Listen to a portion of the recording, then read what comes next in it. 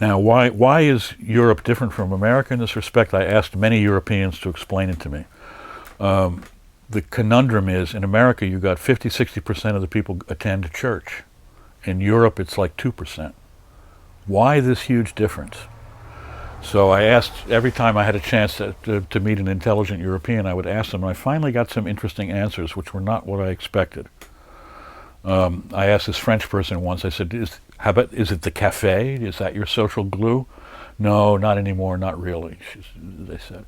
I said, well, what is it? And they said, well, first of all European countries are small and they speak different languages, okay?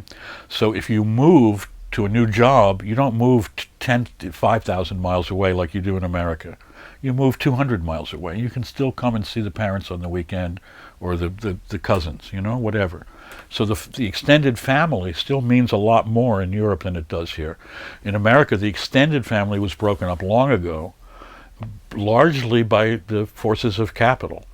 It's easy. As someone who grew up in the academic world, I know this very well. You get a job offer in North Dakota with tenure track, you go. And if you never see your family, your parents or your cousins again, that's life.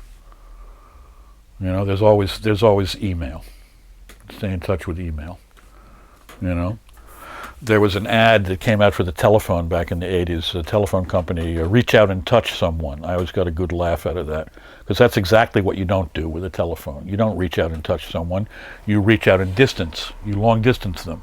So you don't have to touch them. You don't have to breathe the same air in the same room with these sons of bitches, They're far away, and you can have some kind of nonsense about telephone communities or internet communities or something, and pretend that you've got a social existence.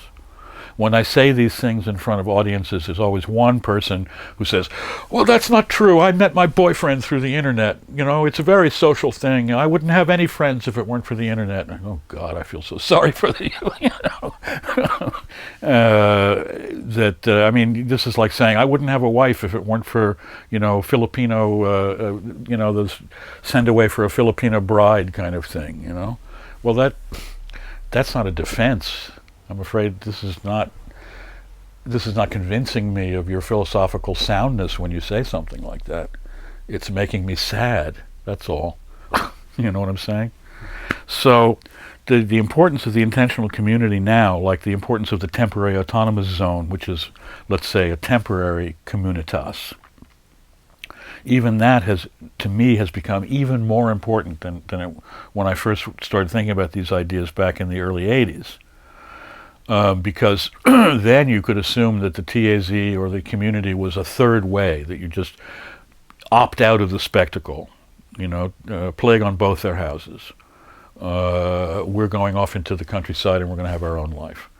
But now, it's not a third way. It's the only other way. So if there's a dialectic, if there's a dialectic of resistance left in America, it would be, in my mind, only possible through intentional community. And I'm desperate to see more consciousness of this. That's why I continue to write on these subjects. There's nothing I can do about it. I'm not a practical person. I'm not a farmer. I'm not an architect. I'm not a builder. And I'm not a very well organized person in any case. So I don't feel that I can be the the prophet leading people with them out into the actual, wilderness. But at least I could point this out, that we have a history of intentional community, of communities of resistance in America. It would be good to be inspired by, because we really need that information now. And we really need to think about the possibility of disengaging from the technopathocracy. It's like dropping out, as we used to say in the 60s. It's not that different. I don't like the turn on, tune in part, because it makes you sound like a radio. I don't want to be a machine, but the dropout part, I'm all for that.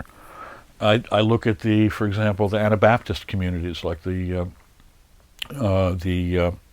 Amish, and I see that they're leading a comfortable life in community because they've refused certain forms of technology.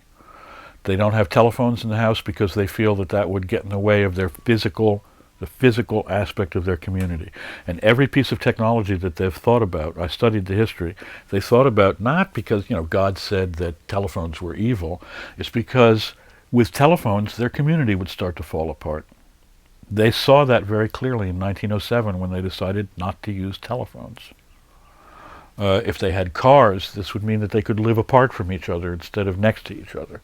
So they decided not to have cars, because their prime value was community and the chance to live what they considered an authentic life. Now, for them, that means, some kind of Protestant fanaticism I'm not terribly attracted to. But I do admire them because they're the only true Luddites that I see. They're the only people who have realized the connection between the social and technology and done something about it. So that's the gist of my answer about the importance of these communities.